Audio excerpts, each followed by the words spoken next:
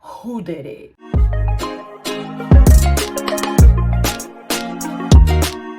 Hola mundo, hello world. So before we move on with this video, thank you for being here. I hope you stay. If you're new to this channel, welcome. Hope you stay around looking at other videos, and thank you if you have been watching my videos. But if you have yet to like and subscribe, this is your moment to do so now. Now we can move on. Disclaimer: I may mention specific occurrences that happen in the featured series, so here is your fair warning of a possible spoiler alert. Ding! So for today's video, I'm going to be talking about the #1 series this weekend. I watched this series this weekend. It stopped being #1 today, but I have this inclination that Who Killed Sara can come back on #1 again because it was that good. But we never know. Just like Bridgerton, we never know. And I'm just going to be telling you guys my takeaways from watching the show and what I think we will be expecting for season #2.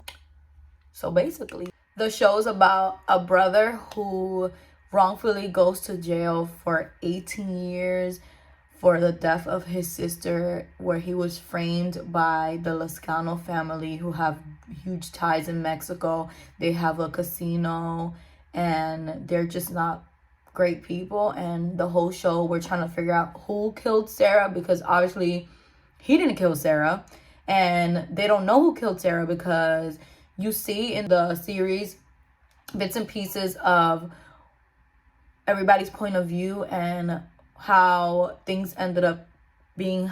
It's a confusing show. It had me at the edge of my seat, most of it, all of it, until the end. Basically, he seeks revenge.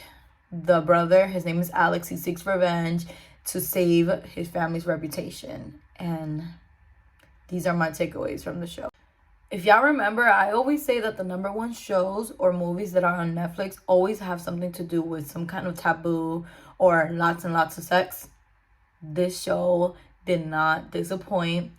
When it came to sex, there was a lot of it, but it wasn't so uncomfortable or so like, here we go, after one scene, every scene, sex, bam, bam. No, it was like, you can swallow it.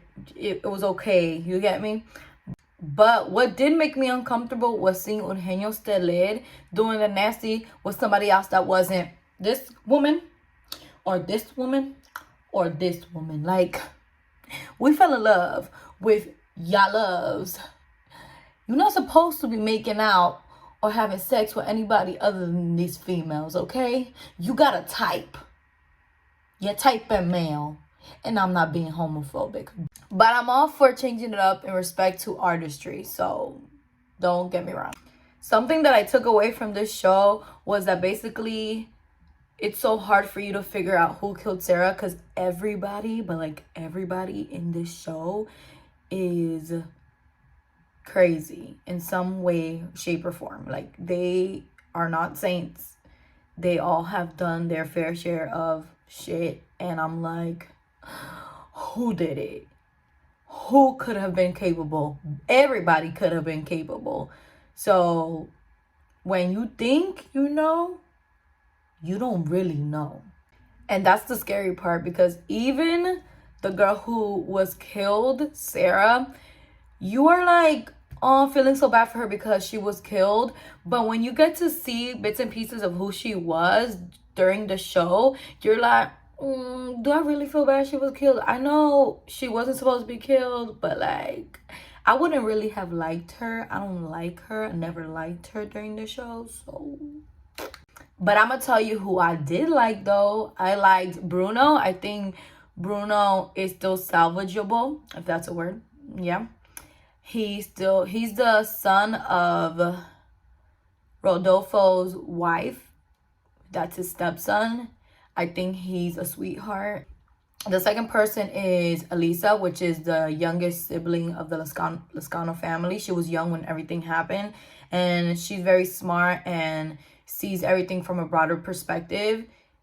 The other person that I like is Chema's husband. I don't remember his name right now, but Chema's husband, I think that he is a handsome man, but also I think that he's very intuitive, and when he felt something towards Chema's friend, I think her name's Clara, he went along with the decision that they make just because he feels like Chema trusts her so much, so why not?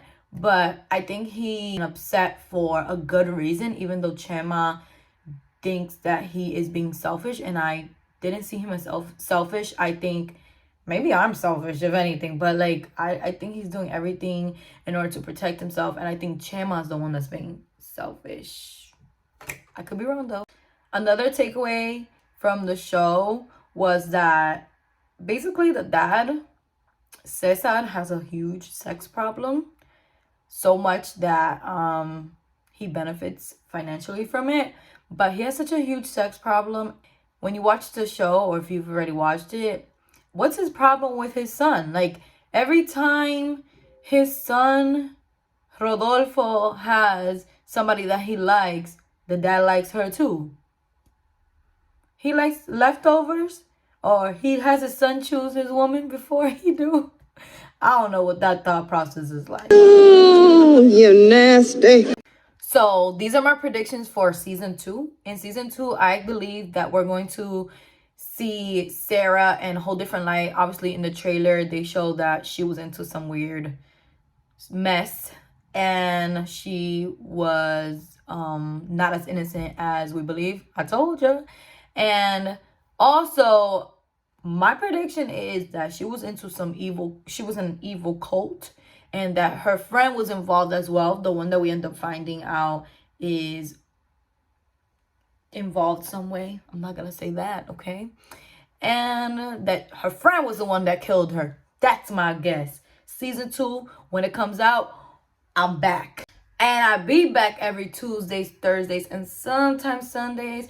Don't forget to like and subscribe if you haven't already done so. Thank you for supporting this channel, because when you support this girl's channel, you are supporting this girl's dreams. I hope you guys have had a great day. I hope you guys are keeping safe. And don't forget that there are idiots out there. And like always, peace out.